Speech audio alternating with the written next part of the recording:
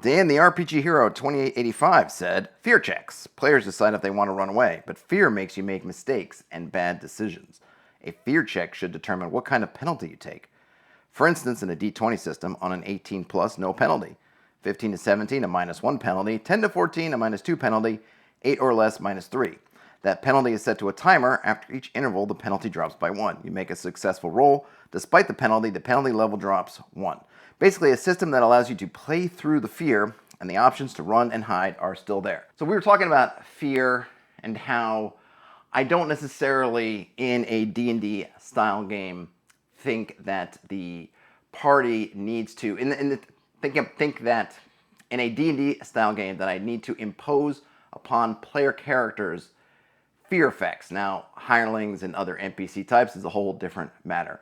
And my thinking is that this is where the PC's brains comes in, the players, and that they will feel fear and trepidation and nervousness entering in dangerous spaces, dealing with that, and dangerous foes, all that jazz.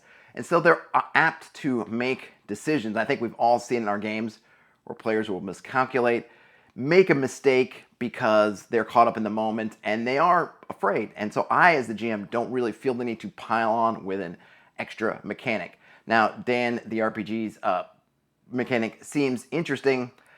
To me, it comes across a little bit, hey, roll to see the penalty, right? I don't necessarily love that just out of the blue. Okay, you're entering this dungeon, roll to see how penalized you're going to be until you overcome it. Now, that said, if we were using some kind of currency like mental points or sanity or stress or strain, something like that, and the party has, each character has some amount of that strain that they can handle, and we can sort of have effects that degrade that strain over time, that's something then that I feel better about, that at the end of that strain, maybe you pick up some kind of penalty, or as that meter gets lower, you're picking up penalties until you get to some point where in which you might just be frozen, or you totally run scared or screaming or whatever big thing happens at the end of it. And the reason why I prefer that is that's something that the players can manage.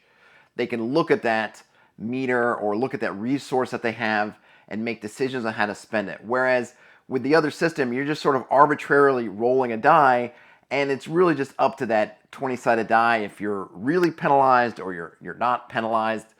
And at least off the bat, in terms of being an environmental effect, I don't love that so much. Now, I'm okay with localized effects, say if there was a fear effect around a dragon, something like that hits you, it's kind of a gut punch or almost a jump scare, and that can have a momentary effect on a character that they could not have foreseen, right? You don't know how you're going to be affected by the dragon's frightful presence until you're at the dragon. I get that. But in terms of an overall environmental kind of feeling, I, as the GM or referee, I think that part of that's on me to set the appropriate atmosphere and context. I think that particularly when you're playing an old school style game and your party is not high levels, the fact is that fear is going to be in the players if they like their characters at all, that they're going to operate in a way that fictionally is going to come across like they might be tentative or very cautious or fearful.